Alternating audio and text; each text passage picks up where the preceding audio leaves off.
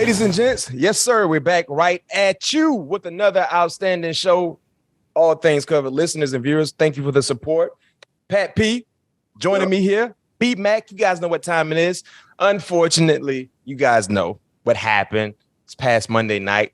The Vikings visited the Philadelphia Eagles. Not the outcome that we all wanted, but of course, you get a chance to live to fight another day. Now it's time for the SKOL check-in. And I know the SKOL check-in ain't the same after a loss, but it is what it is. It's a part of the business. No one thought we would go 17-0, right? With the Minnesota Vikings. We know a loss was going to happen. More might come as well, but it's all about the bounce back. And at the end of the day, you want to have more wins than losses to be able to get into the tournament. And that's the name of the game. Win more than you lose. Find a way to get a seat in the playoffs. And I know the Minnesota Vikings have more than enough to do that. With that being said, Eagles recap. Eagles win the ball game 24-7. Not the outcome, like I said, that all the Viking fans expected, and the same can be said for the team.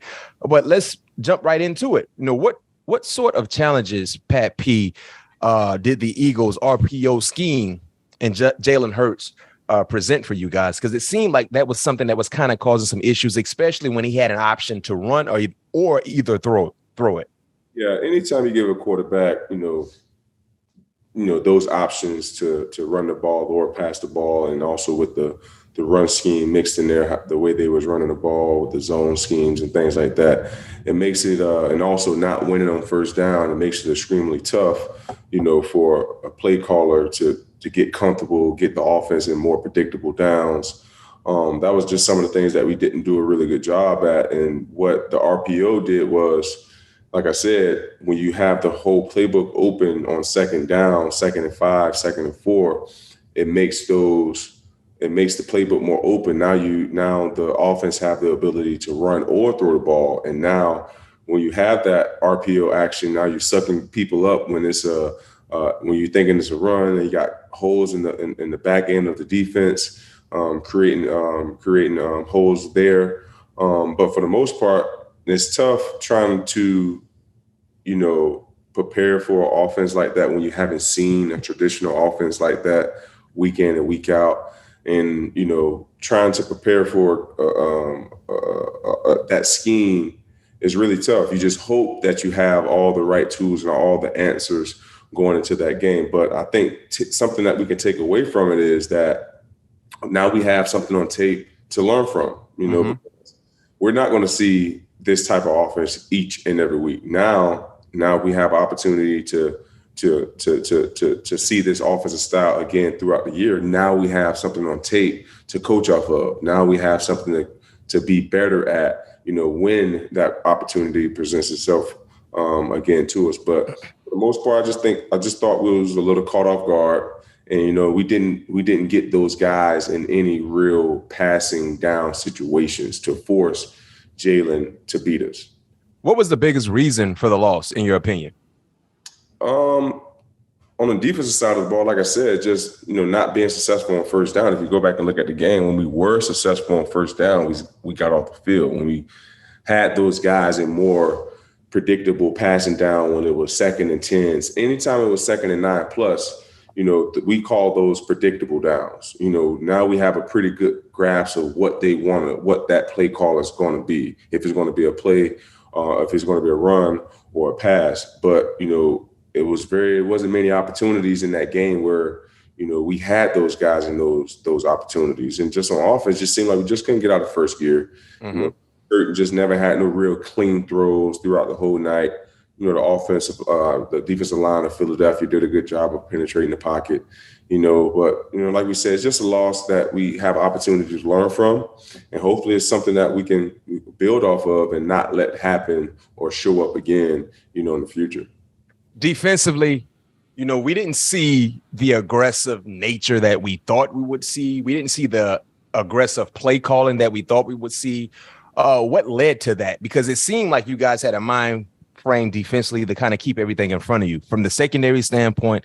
And I think, the majority of the ball game, you only rushed 4 defenders. What led to that type of game plan, in your opinion, defensively? And is that something that we should expect to see throughout the season? More of a generic, shell type coverage where you keep everything in front of you?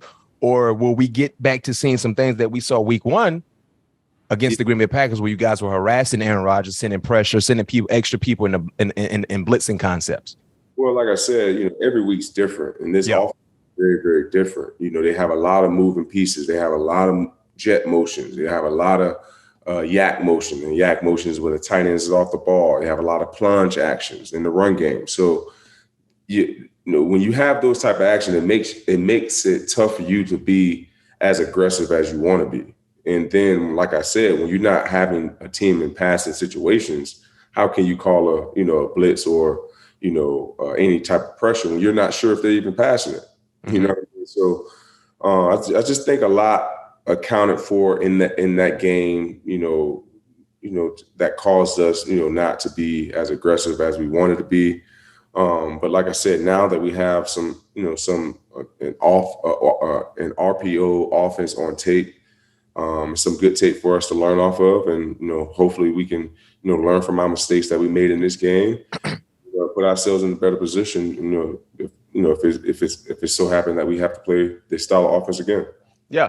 Well, remember what I said last week leading up to the Eagles game. It's a defining moment. I said it was a defining moment, but I also did say, you remember what I said? This could be a preview of a potential playoff matchup. You said that. Yeah. Remember I said that. And let me share one quick story with you. My rookie year, Monday night game, we played against the Colts in Indy. They kicked us in the mouth. I think they scored the first play of the game. It was like they started hot. We couldn't cool them down. They dominated us.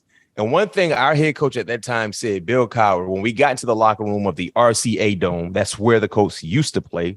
Now they play in Lucas Oil. He said, because everybody was just laughing at us, we got dominated. He said, I'm going to tell you this much, guys. We're going to be in the same locker room in January. And when he said that, we just got, drilled. We got drilled. They beat us bad. But he said that, and every member on the team all felt it and believed it. And we was like, no question. And when we come back here in January, it's going to be a different outcome. And when we got back there in January, it's a different outcome. So that's what I said last week. I said this could be a preview of a playoff game based on the expectations and based on, the results and how competitive both teams is. We could see this same matchup. Don't know if it'd be in the same stadium or not, but we could see the same matchup in the playoffs. So make sure you just be mindful and be ready for that thing. I just dropped some. So, it wasn't all just a dud for the Vikings. We did see some pretty good things. And our very own, our guy, Pat P., you came up huge in the special teams side of things.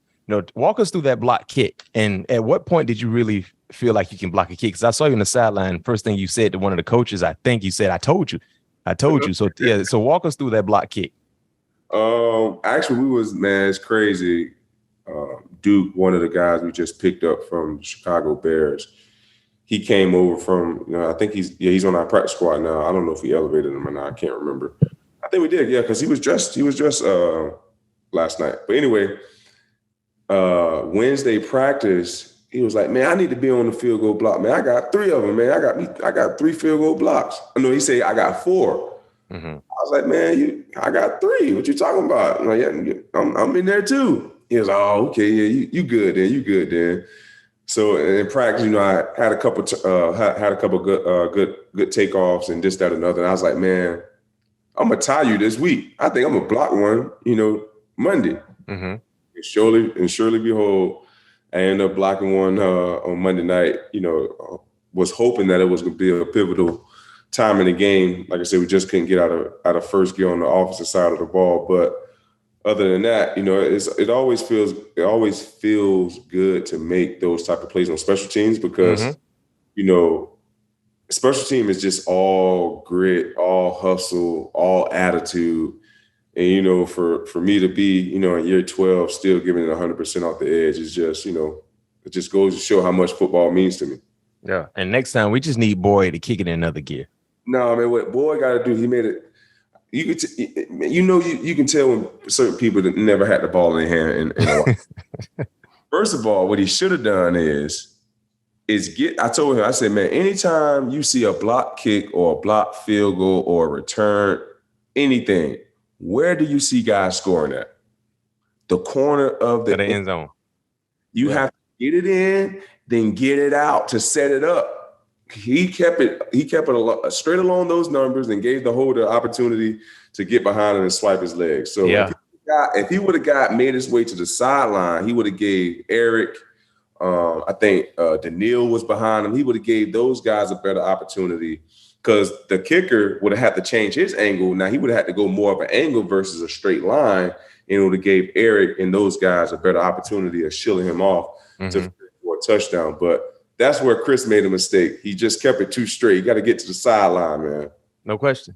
And think about this. You don't get a chance to score on the return, and then a turnover happens. So the momentum that you guys gained in the block kick, you lost right back. No question. But that's how it happens that way sometimes when you play good on good. That's why you got to take advantage of the opportunity when they present themselves. What sort of respect do you have for the game that Darius Slay put on display? I mean, Slay when guarding Justin Jefferson, who is no slouch, 6 targets, will only allow 1 catch, 2 interceptions, a 0.0 passer rating. So far this season, Slay has been on point, has the #1 coverage grade in the NFL through 2 weeks, according to PFF.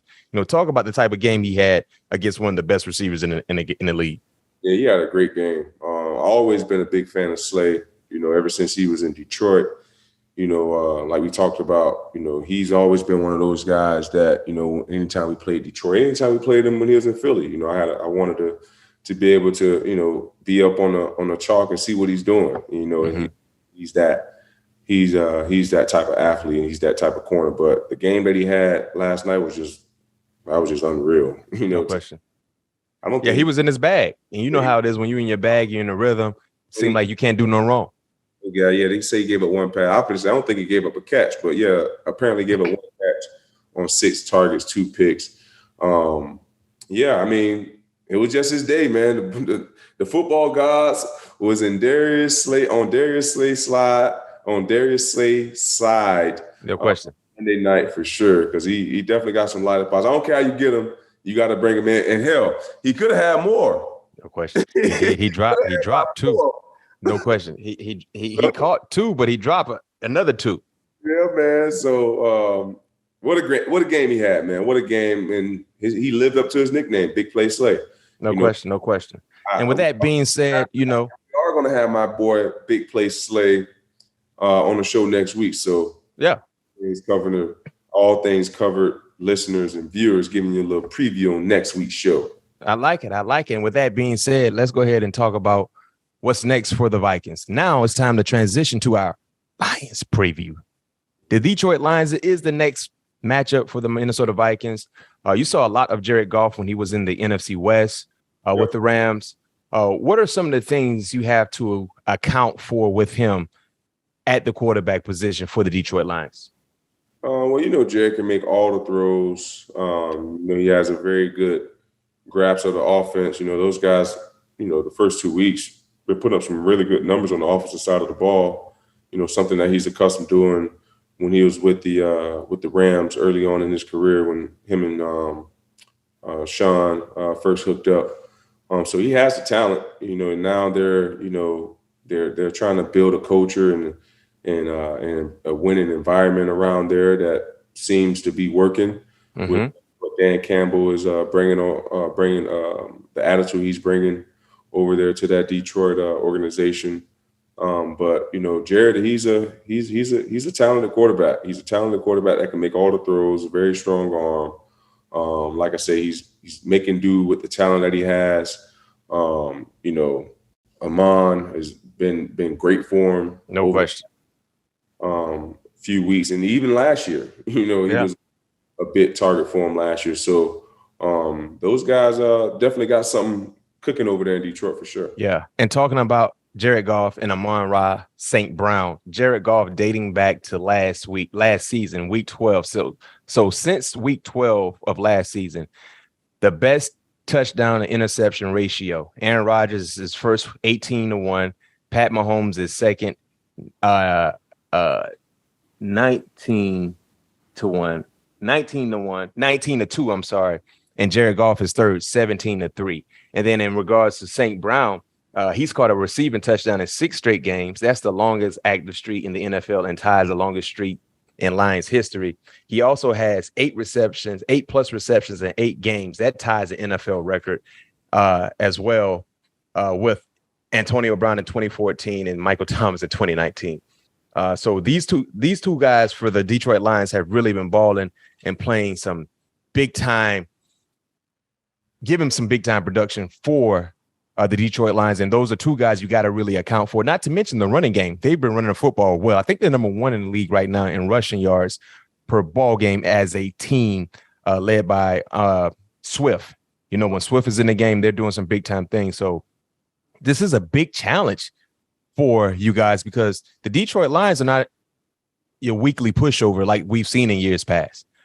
They played the Philadelphia Eagles extremely close. They found a way to fight back in that ball game, and then they bounced back last week against the Commanders. So you know what they have on their mind, and they believe they have opportunity to win. And so with that being said, this game is this home or away, Pat P?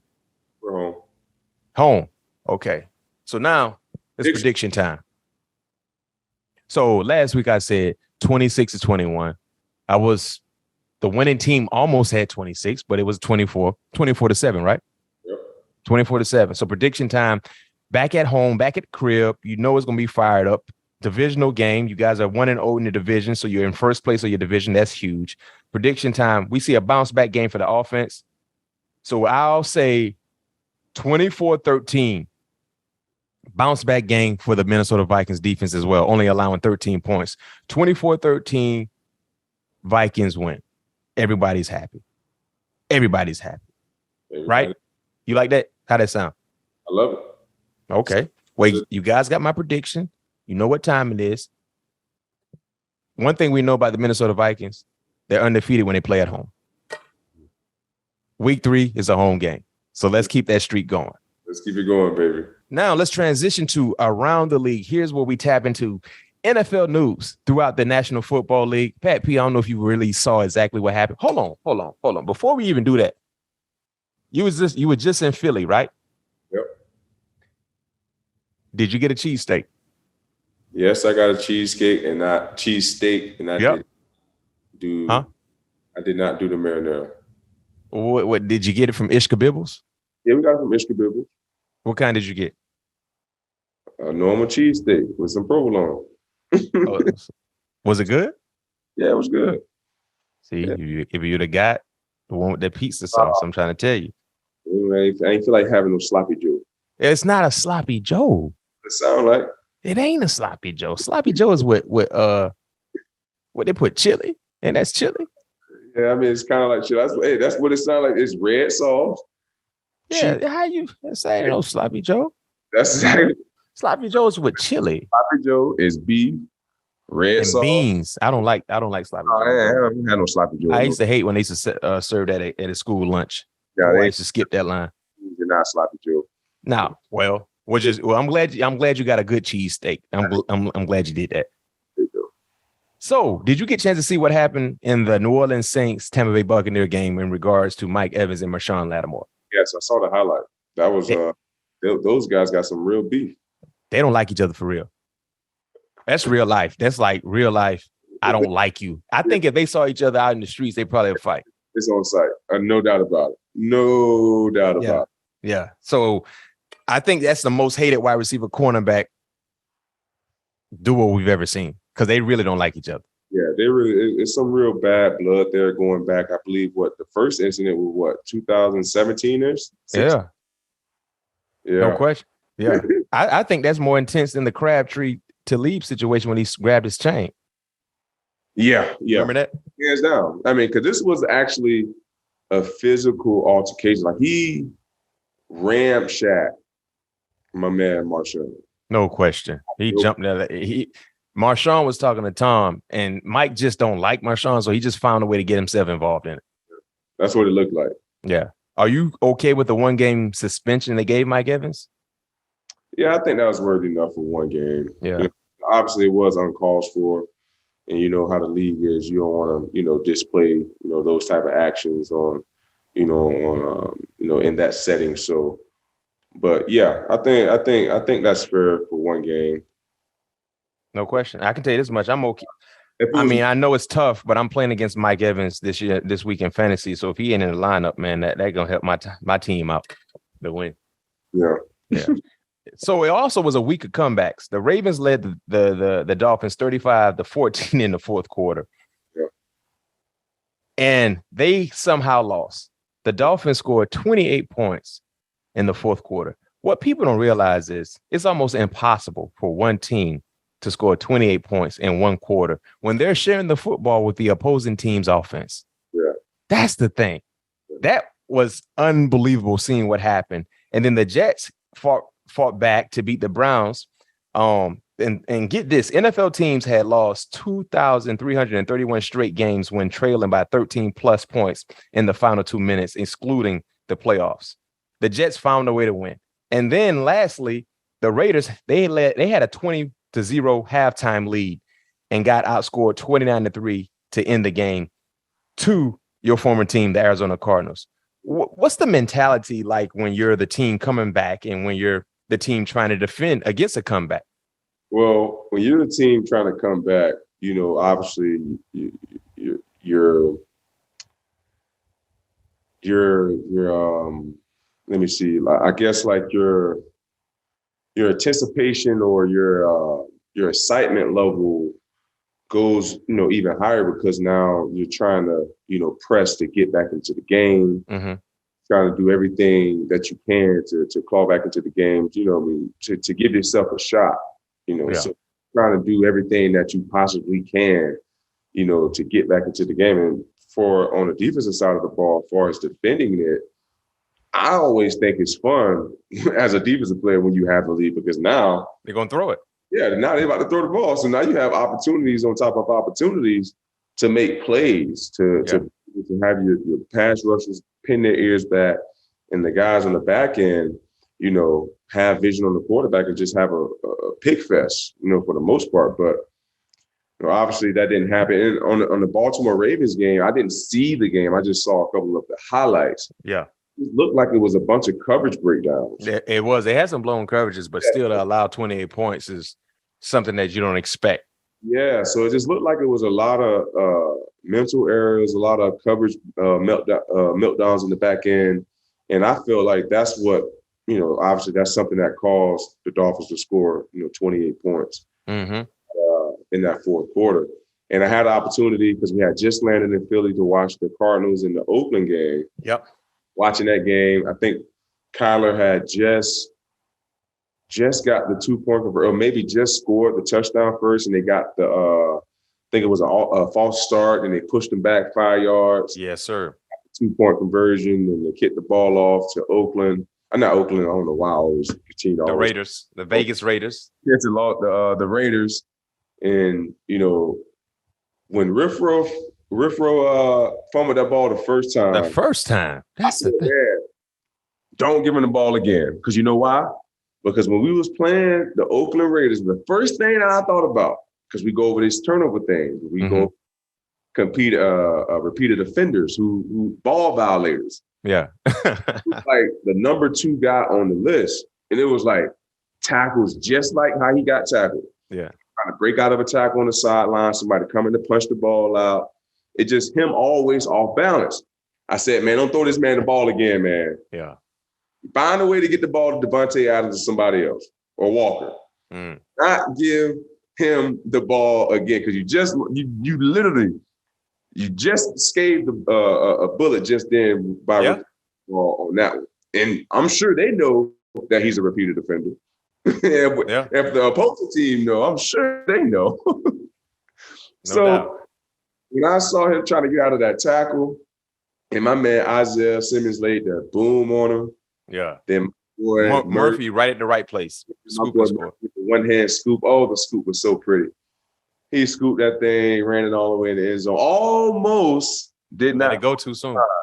But it was called a touchdown. But man, it was it was good to see those guys just stick in there and fight to the end. And and find a way to get the dub. No question. Hats off to those guys. In the second, the last game was the Jets and the Browns. Cleveland. Man, how about Nick Chubb, man? Nick Fall Chubb down. win for losing. Yeah. Last year, take a knee. This year he scores, and they lose both games. No question. And that was a tough way to lose too, boy. Like, you're not supposed to lose that. You're not supposed to lose that. Oh, man.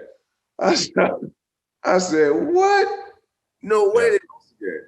No question. I'd be doggone. They lost the game. But they lost it. I didn't have an opportunity to see that game, so I can't really tell you what went on in that game. But I did see Joe Flacco had a day. Joe Flacco, Garrett Wilson had a day. Bryce Hall had a pretty good. So some of their young players stood up for the Jets, and they needed it. And now the Jets, got another big game this week. I forgot who they got this week. I know Cleveland has the Steelers Thursday night. Dang, I forgot who the Jets. Well, anyway, the Jets got Cincy. Yeah, that's gonna be a good They got one. Cincy. They got Cincy. Last question for you, Pat P, before we let you go. Sure. After 2 weeks of play, who is the best quarterback in the National Football League right now? Right now. Ooh. I'm gonna help you out. Man, I'm gonna go with Lamar Jackson. You go Lamar.